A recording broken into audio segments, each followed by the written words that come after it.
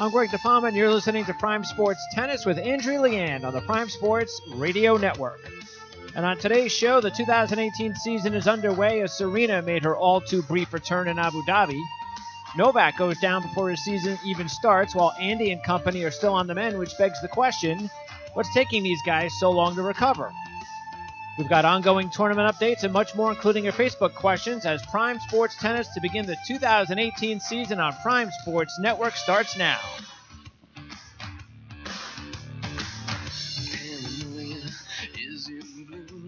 All right, it's Tuesday, the 2nd of January, 2018, and thanks again for tuning in to Prime Sports Tennis with PSN tennis editor and former top 15 player in the world, Andrea Leanne. So, Andrea, first of all, Happy New Year, and I'm looking forward to talking tennis with you for the next 12 months.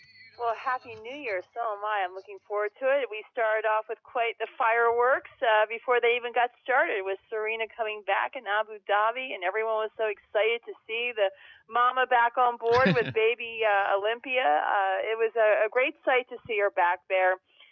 She struck the ball well, Greg, and but a lot of conversation now about where it's going to go. And as you mentioned, you know, we got Muguruza collapsing in Brisbane and on the court, and we have Novak and Shannon Rafa question mark. So lots of questions for 2018, and hopefully we're going to give you a lot of answers. Yeah, so I guess what everybody probably wants to know, first of all, with Serena is she physically fit enough that you believe that she'll play the Aussie Open? She's not physically fit enough today to win the Australian Open, and that is really the question. It's not just a matter of playing the Australian Open, it's whether she can win it. She's looking for those 2 titles to break Margaret Court's record, and she's not going to go if she doesn't think she can win it. I don't believe she's in shape right now. I think she lost a month and a half due to her wedding in November. I can tell you in October 31st, she was in better shape then than she is now. But that doesn't mean she can't, you know, do the Monarch Notes version of training and get herself there. But I think that, you know, between preparing for the wedding, which was a storybook wedding, it was so beautiful and so sentimental with 20 million details involved, and something she deserves. I mean, she wanted an incredible wedding with her husband, Alexis Ohanian. They deserve that moment. This is a life thing that's far more important than any tennis result. And but then, of course, you had the wedding in New Orleans and then the honeymoon. And so she lost a month and a half, and she did get out of shape. She did play Ostapenko, as you mentioned, in Abu Dhabi. Ostapenko, I thought, was very light on her, very easy on her, did not move her around so much. Serena finally got into a rhythm in the second set. It was an exhibition, though, Greg, so obviously they wanted to go the distance. They wanted the fans to be able to see as much tennis as they were getting paid, probably. And so they finished it in a super tiebreaker, which Ostapenko won. But and Ostapenko, quite frankly, is not playing great tennis right now. She has been no off-season. She's been going after one exhibition and appearance after another, taking all those lucrative checks. As you know, any young girl who just reached the top 10 with her first Grand Slam win at the French Open would probably do. So she just lost to Kristina Pliskova in Shenzhen. So she was able to beat Serena handily, in my opinion. And I think at this stage, it's really about the big picture for Serena. Whether she goes to Melbourne or not is not the issue. It's what is the game plan moving forward. I have to tell you, Greg, you have to go on the Twitter and listen to these infectious laughter of Serena watching her husband, Alexis, on the ice skating rink. So she is having a full life. She's on the ice skating rink with him. She's laughing at him as he's trying to stiffly struggle on the ice. She has her baby Olympia in her arms in a swing. They're twinsies with the, copying the outfits with the pink sweatshirts. And you can just hear such solace and peace in her voice and such happiness in her voice. Something, quite frankly, I've never heard such depth before. So you give her a lot of kudos in that she's found this new chapter of her life. She's moved on. And you have to wonder, if she had broken the record by now, Greg, I don't think she would come back. But the question is now is what is the motivation really for her to do this? Yeah, and not much time left. I mean, she's got to make this decision really soon. We're not going to see her again, are we, on the court before I think she's made the decision. I think she's probably made the decision. Okay. And, of course, it was announced that she's supposed to appear at a seminar in Florida during the second week of the Australian Open. So I think that she has a game plan in place if she chooses not to go. I think she will wait to the last minute because you never know. But the problem I have is that, Serena, as she has said herself, is not someone who likes to train and work out. And when you go back to 2011 and 2012, when she had that year off with all the various injuries and the cut foot and the pulmonary embolism and all sorts of stuff, and she had to come back, it was really tough, Greg, to get her back on court. It was really tough to get her in that mode. And she went to Paris because she had an apartment. She loved it. And Patrick Mouratoglou was able to really fill that void. And this is a guy who, this is the one thing I really think he does well. And he is able to provide a structure and put all the pieces in place to the training, and was able to give a certain pragmatic view, a certain common sense perspective to her on how she needed to go about her training and to motivate her. And he did not come to Florida. He was really not part of this picture. Of course, Greg, when she went to Paris and started this whole thing with him as her coach, they also were dating. They were a couple for many years. They had a personal relationship. And so the dynamic obviously has changed now. And whether he's the person or not, she does need someone. She needs someone to come in and institute that type of structure for her and get those pieces. Jameer Jenkins is her hitting partner. He's great, but he's too young. He's not going to be able to do that. Mm-hmm. And if she really wants to come back, personally, I think, Greg, the comeback became somewhat personal to her this last year because Maria was coming back. And I think that kind of stung. It kind of got under her skin to see Maria coming back with all the hoopla and all the excitement. She was making these appearances at tournaments. She was very much involved as far as the interaction with the tennis. And now when she saw Maria really not doing that well, and it really wasn't a threat to her, I think it kind of diminished that personal aspect of her really wanting to come back and compete in a rivalry such as Maria. So she'll have to find something that really sinks the depth of that type of motivation, I think, to get back on court. All right, so maybe not so fast, but definitely still the goal of 2 more Grand Slams, and that is something. Well, I think that what she also has to understand is, going back to 2011, she tried acting. Of course, she has a fashion line. She's built a great business, but the platform has always been tennis. That's the foundation for her business, and hopefully she will realize that she has her whole life to build her business and have children and family and all that. This is probably the only time she has to really finish the foundation on court. And so, yes, that record will count. It does add to something. Sure. Has she proven everything? Does she have anything left to prove? No, not really. I mean, she's still going to be considered, to me, the greatest of all time. But this is where, if she really wants to complete the picture, the foundation to her business is still on court. So hopefully that will speak to her. As Venus, her sister, said, though, is she's living her best life right now, Greg. She's relaxed. She's happy. And you can just go to these videos and realize she's in a different place. Okay. As far as the big story on the men's side is off the court is Novak, and we were both in agreement about Novak being a player of the year this year because we felt, okay, he's got all the bad stuff out of the way. He seems to be refocused from what we're hearing. Everything seems to be going well. And then out of nowhere, we get the news that he's dealing with the wrist injury. It's still not going well. And this isn't good because now Novak is pulling out of events. We've got Andy Murray pulling out of events. It's like all the same guys that were banged up last year, including now Rafa Nadal, not including, of course, also including Wawrinka, Nishikori, Raonic. I mean, all these guys are still not 100%. Well, I don't think they were ready for competitive tennis, for match play. And I think, yes, there are varying degrees. Andy Murray is a completely different story. I think he's in a bad situation right now at this hip, much more serious than the others. Novak Djokovic, Rafa Nadal, and Stan Wawrinka are all due to play that tiebreak tens event in Melbourne right before the Grand Slam. So they are due to play. I think they will show. They will post, and they will get the matches, although it is an exhibition, in whatever play they need to get in before the Grand Slam. And I think they will play in Melbourne.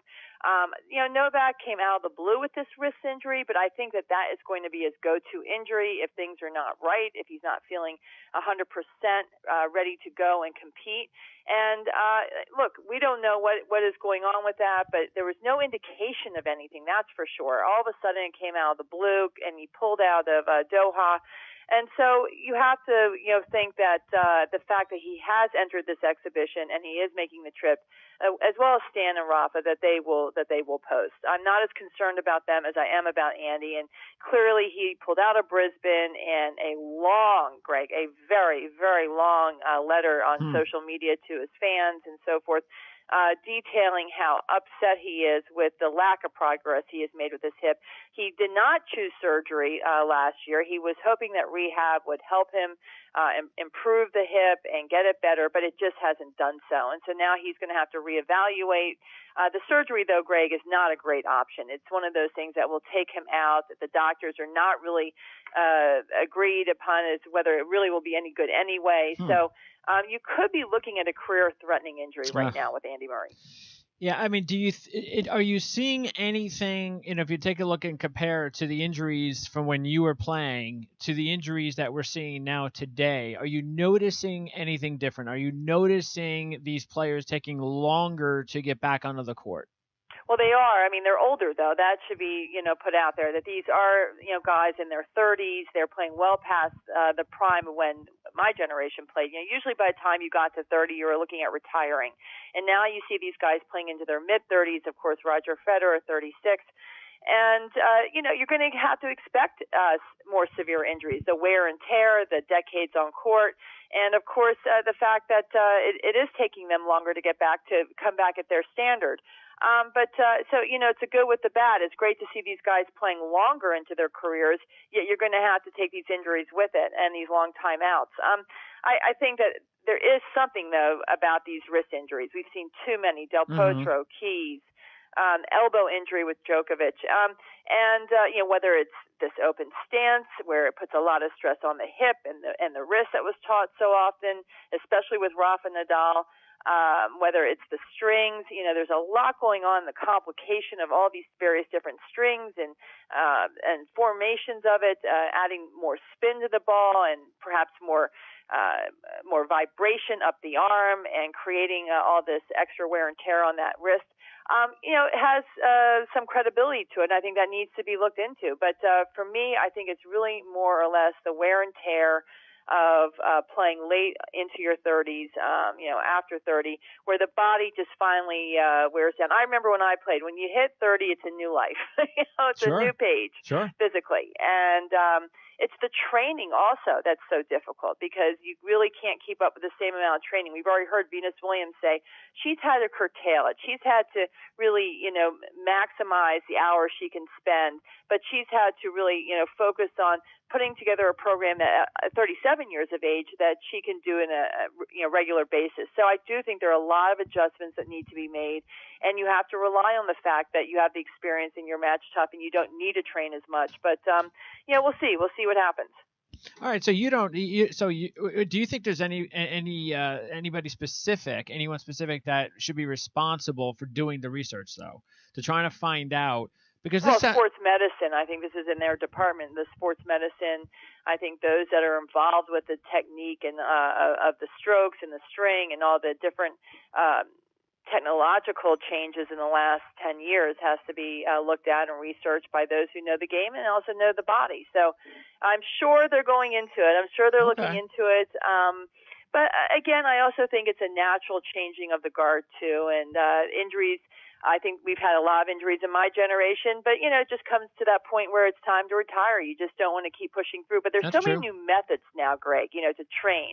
And we didn't have all that when I played. And so there are all these varying different types of training methods and cross-training and all kinds of different apparatuses and approaches now that prolong the career. And so, it'll be interesting to see how far that takes them, where they finally just say, you know what, I've had a great run, and it is time to retire. So you're not necessarily seeing the younger players have more injuries than when you were playing. It's the older players. These are the older players. We're looking at the older players who've been out there for decades. All right. Now, of course, someone will say, well, Muguruza just collapsed with, heat cramps.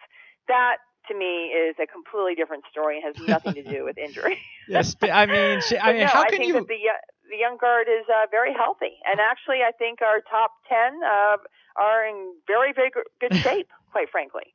Speaking of Muguruza, how can you retire from the same event 4 years in a row? I mean, what is the deal with that? Does that mean that she's having a problem in between, like playing? You know, cause it sounds like to me that, I mean, maybe the break, she's not comfortable getting back from the break, and then once she starts playing again, she's not fit, or what is it? Well, you know, she's playing actually a girl who's a little bit older than she is, Alexander Krunic.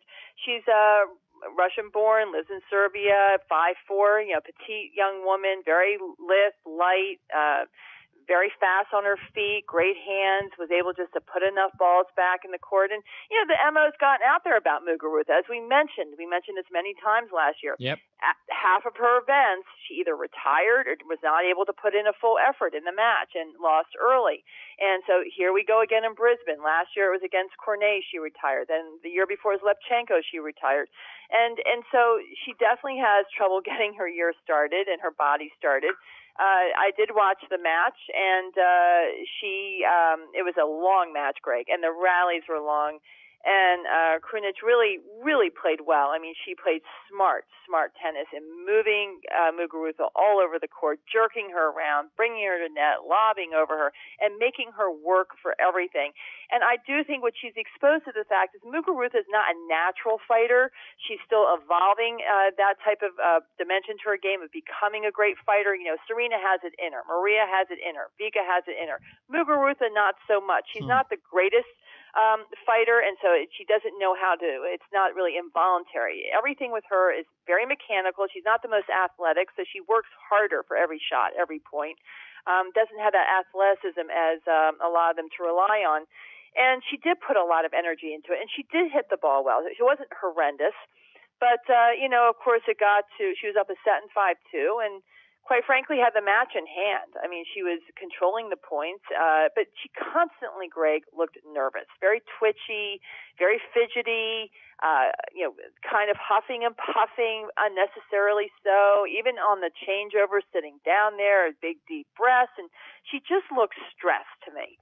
And she had Samsonov come out, her coach, and you know, he basically dismissed, you know, she said, well, my body doesn't feel great. And he dismissed it. He said, and take your salt things. And so she did. She had her gel. She had her salt. She had her electrolyte drink. She had everything. And she took it all. So there didn't seem to be any heat issue there. I looked at the crowd. They looked very comfortable. I looked at her opponent. She said there was no issue with heat.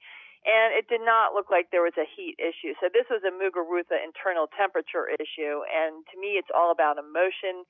And the fact she's not really able to handle emotions still very well. Remember Raonic at the U.S. Open, Greg, when he played Ryan Harrison. He got himself so upset, he said, that his body literally started cramping. Because when you have that type of emotion, it can drain you physically to the point where you do cramp. And I believe that it's the emotions in Muguruza that drain her physically and cause her to have these illnesses or, you know, cramps or whatever physical malady it is that has caused her to retire early in so many tournaments or not feel well. So, you know, again, I think it's about learning to manage your emotions. Last year we commented on the extroverted, you know, displays of all this anger and frustration. And so now she's internalized it to be more professional, but it's still causing a problem. Now, the women are in several different locations starting the 2018 season this week. I would like to start off, though, because we had our predictions. What was it, last week, right? A week before. So we had our predictions, and so far, off to a good start. One of my sleeper picks, Kristina Pliskova, upsetting Ostapenko in China. So, well, there's a footnote to that, as we just talked about. And it's Alyona now. Yelena Ostapenko wants to be known by her most favorite name, Alyona. So we're going to honor that, quite frankly. And I love this about her. You know, she won the French Open, and she wants everyone to call her by the name she likes, Alyona, Aljona, pronounced Alyona. Anyway, as we mentioned, she is just loving this, Greg. She's loving the spotlight. She loves the pictures, and you know, the poise and the composure and the posture, just the physical posture she shows is that of a winner. And she's got the smile and she's got the whole disposition that sponsors love, and they're eating this up and they're inviting her everywhere. She got to Shenzhen, though, and didn't really take too much notice. She's lost to Kristina Pliskova before, so it wasn't anything new. And so she really did not play that well. Mm-hmm. But quite frankly, that's opened up the door in Shenzhen for Maria Sharapova. Sure. And Halep and Sharapova, who are on opposite ends of the draw, really are the only two, in my opinion, in the tournament. It's a very weak draw this year. Maria did lose a set to Allison Risk in her last round, but she's into the quarters. Halep will play tomorrow. She looked very good in her first round. And Halep, to me, as we mentioned last week, she is the most relaxed. To me, she looks the strongest. She has taken command of everything. She looks very confident now. The off season at home in Romania, she gets so much confidence from her roots, and being with her friends and family in Romania. And she's come out really looking fit physically, as her coach Darren Cahill said to one publication. And he also is very optimistic about her chances this year and thinks she's going to have a big breakthrough. All right, and of course, Halep and Wozniacki now battling for number one, correct? I know they're in different events. Actually, Wozniacki will definitely move up to number two with Muguruza losing. She moves ahead of Muguruza now. She's in Auckland. She's a top seed. She won her first match against Brangle, and she plays Petra Martinic now. And she's got a pretty good draw. Radwanska's in there, and Radwanska usually plays in China, but decided to go to Auckland. I think it's a smart move for Radwanska. Dropped out of the top 10, had, as she called, quote-unquote, viruses last year, a foot injury. I think the problem with for Radwanska is that she's just lost that. She never was a big girl or a lot of muscle, but she did have a certain push to her shots and just lost that. When you're serving 46-mile-per-hour serves, Greg, I think people can throw them harder than that. So she has really had to revamp her entire approach, and she does look stronger, and playing these smaller events against lower ranked players I think is a good smart move for her, because it will help her get some wins under her belt. All right, and by the way, yeah, I agree with you. I think Caroline Wozniacki is in a great place. She doesn't have a lot, neither she or Halep have a lot of points to defend. Okay. So they did not do well. Halep was injured this time last year, lost first round at the Australian. Wozniacki did okay, but nothing great. So I think that these two women are in terrific position. All right. And I will also say one thing. Halep had on a great outfit. We remarked last time how she is split with Adidas. She wrote a very classy tweet out there thanking Adidas for her 4 years and looking for the new opportunities to come. And it was so nice to see her in a really, really terrific outfit where she looks so streamlined, great lines, very flattering, a much more fit shirt, and a top to her with the skirt. And she really looked like the number one player in the world. All right. Meanwhile, on the men's side, again, they're also in a couple different locations. And I know Borna Koric got off to a nice start over Carina Busta, who had a... he just won 7-6 in the third in our time today. Yeah. And that was quite a match. And boy, was he excited. That was a big win for him. Yep. Obviously his new manager, Lubicic, is helping him now as far as the managing. Lubicic also coached Roger Federer, and he's at the Hotman Cup. So, it's nice to see Borna Koric. I think, Greg, we're really going to see a lot of what we saw last year. I think even though these older guys will post and will play, I think, George, Sock, Kyrgios, Thiem, Sasha Zverev, Dimitrov, these are the guys. This is the next guard that I think we're going to be talking about on a regular basis, week in, week out. And of course, Koric had some great memories this past year from Davis Cup, so maybe a player to keep an eye on this season. He actually had an injury, so he had to opt out of that, a knee injury, which he came back from last year. Yep. Remember, he started the year off, very low outside of the top 100, and he had to really work his way back. He had that knee surgery, and he did. He put in the time, he played the matches, and he finally started seeing the results on the clay. But he had a lot of disappointing losses. Remember at the French Open with Stevie Johnson. So he's a fighter, though, and he has fought his way back, and you have to give him a lot of credit because he's a young guy, and he's got a lot of heart. Yeah, he had that big win against Sock, right, at Davis Cup. He did. Yep. He won that deciding rubber against Sock to give it to Croatia. Yeah, so he definitely knows how to play under pressure. He's a good competitor. All right, and the Hotman Cup, Federer, just every time he's on the court, he's winning, no matter who he's on the court with or if he's by himself. The Fred Astaire, just gliding around. Mr. Perfect. Well, all these other guys are, you can tell they're just really stressed out about what to do before the Australian Open, and should I play, should I not play, this strain, this tweak. There's Roger above it all, smiling, enjoying himself. Played the Hopman Cup for the, again with Belinda Bencic. It's a team event. Two male, female from each country. They have 8 teams there. He and Belinda are representing Switzerland, and he is just absolutely gliding through. And he's very happy. He's there with his whole family. They went to the New Year's Eve party. He's enjoying the mixed doubles because, of course, it's one singles, men's and women's, and then a mixed doubles. And he's doing well. He's playing well. He looks very fit. He doesn't complain about anything. And there's Ljubicic with him. And the whole thing is just such a well-oiled machine.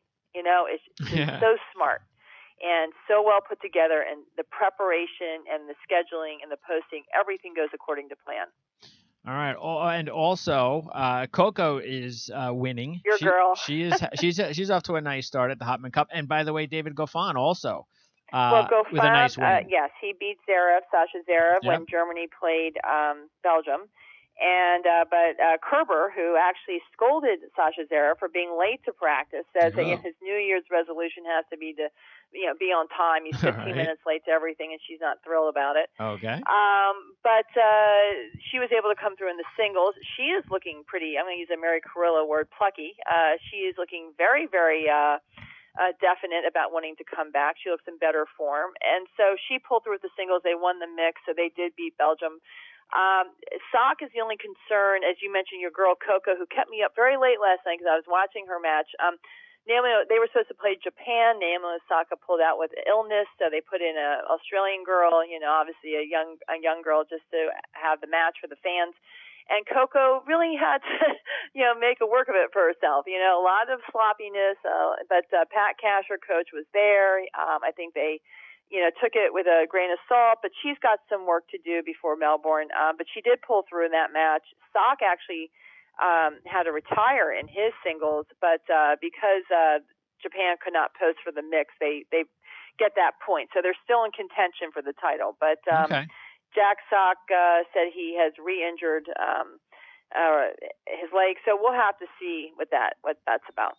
All right, it's Facebook Q&A time as Andrea answers your weekly questions. And don't forget to go to Andrea's Facebook page so you can enter your questions, and we will pick out 3 each week. And we've got 3 more. We're going to start, first of all, with Samuel from Australia. And basically what Samuel wants to know is why is a guy like Roger Federer so fit, no injuries after a full tour year? Well, not as full as some of the other guys, but still, he played in all the Grand Slams and some big events. Why is he so fit and the younger guys are not fit after some pretty big layoffs?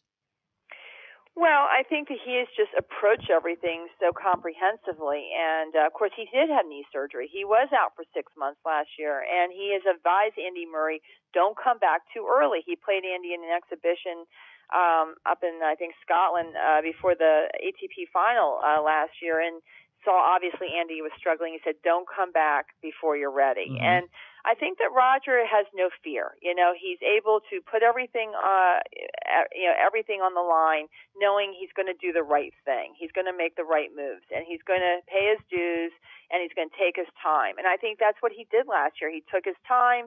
He didn't. He wasn't pushed to doing appearances and to doing exhibitions and to running here, running there. He really kept to a game plan. And I think a lot of these guys get pushed and pulled to go for the lucrative check, to play too much, to really not keep to a certain game plan. And they have a lot of moving parts sometimes in their lives where they don't put it all on the same page. And one thing about Roger is every part of his life is on the same page. Everything moves in one direction. And I think that is why he's able to have the focus and the success that he has more than the others. Okay. Thomas in Romania wants to know why so many players are changing rackets and clothes this year. We do. We have a lot of – Elise Cornet gets the quote of the week. Of course, she was with Lacoste, and I guess they dropped her, and so now she's with another company. And she said, well, that's, it made a joke that it's typical. They sign Novak, and he doesn't play for the whole year. Good going, guys. But you do see a lot that's at the end of the year. These contracts come up. We still don't know what Sloane Stephens is going to be doing. We know that, of course, obviously Halep's contract came up. We see a lot of Ryan Harrison now apparently is in Babolat. So a lot of changes in clothing. It's the rackets we look for, though, the changes in the rackets. And we remember when Radwanska changed rackets, that it really affected her play because she depends so much on that feel and hands. So, the rackets is what we look for. Vika Azarenka has changed to Yonex, although we haven't seen her. So that has much more impact, I think, on the player's game than the clothing. But, we are seeing a lot of changes. All right, and Lisette from the U.S. wants to know if it's true that there is another big tennis academy being built near Palm Beach, Florida. Well, actually, apparently there is. Betsy Nagelson, wife to Mark McCormick, who founded IMG, lives in Wellington near Palm Beach, and she apparently has bought land or is in the process of buying some land to turn it into a sort of academy of all sports, and obviously not probably as big as some of the others, but that's a dream of hers. And so that was in the papers the other day that Betsy Nagelson is trying to form this academy, and who better? I have such respect for Betsy. She was just such a great mentor and role model on the tour for me and others. Actually, Greg, during the off season, I was at the Everett Academy, which is phenomenal. I mean, it was just great. I can't tell you all the players that were there, and the atmosphere is so productive, so constructive. Chrissy is there almost every day during the week, and of course, John Everett, her brother, running it, and the coaches are phenomenal. So these things really have an important place in the game. The players really feed off each other. You could see I had Osaka and Monica Puig and Kataskina all on the court, and you could just see them feeding off each other's energy and pushing each other. And so I think that there's a lot of good with that type of environment and atmosphere, and especially if you're on the tour, because it's a one-stop shop. You can do the fitness, you can do everything in one place. So, I'll be very interested to see if Betsy does that, because I definitely think that a lot of players, they do go to Florida. We've heard, obviously some now are going to Rafa's Academy in Spain, and there have been a lot of different venues, but I think that it'll be interesting to see what happens with that. All right, now a couple of closing notes. First of all, I guess what do we know? We're seeing some more women's tennis being implemented into some of the men tennis events. Is that just something that's been happening recently? Is that something that we're going to see more of? Well, I think we've seen it in the last couple of years. A lot of the smaller events were having women's exhibitions. I remember, I think it was Atlanta, and that they had Bouchard come in, Venus come in. Now, of course, the New York Open played at Long Island is going to have Bouchard and Sloane Stephens come in. Of course, Serena went over to Abu Dhabi when Novak pulled out and Andy pulled out. They sent paid for Serena to go over with Ostapenko. So I think it's great. I think it just reinforces that formula combining men's and women's tennis is still how you put your best foot forward. I think it's interesting that Larry Ellison has bought these satellites around the Indian Wells event, his event, and is trying to grow that entire month to peak, obviously, at Indian Wells. And I think that's kind of up the ante for tournaments like the Miami Open. So I think you're seeing a lot of these tournaments. I used to see, for instance, in Charleston, the women's event, or a lot of the smaller men's events in North Carolina, they were bringing in the legends like the Andy Roddicks and the James Blakes. Now they're bringing the women. Now the money's there, and it's lucrative, and it's a fan getter, and so they're bringing the women in. All right, and finally, Richard Pagliaro at TennisNow.com had this very nice montage. Former Tennis Week founder and Hall of Famer Gene Scott, who would have been 80 years old this last week. How important was Gene Scott for the game of tennis? Hall of Famer because he was that important. He was not afraid to address the issues no one wanted to touch. He was not afraid to address the people and the associations and the head honchos and the game's big guys when he didn't think they were in the right direction. And so he was the one who was able to have the intelligence and the backbone and the conscience to go after that. And it didn't prove necessarily profitable for the magazine because, quite frankly, I don't think a lot of people realize that it was Gene and his mother Lucy and her foundation that really were the financial funders for that whole magazine for the most part. But it was one thing that has so impacted everyone that they still remember it. And of course, I was very fortunate to be under Gene's wing and able to write for Tennis Week for decades, and with a column there along with Richard Evans and Steve Flink.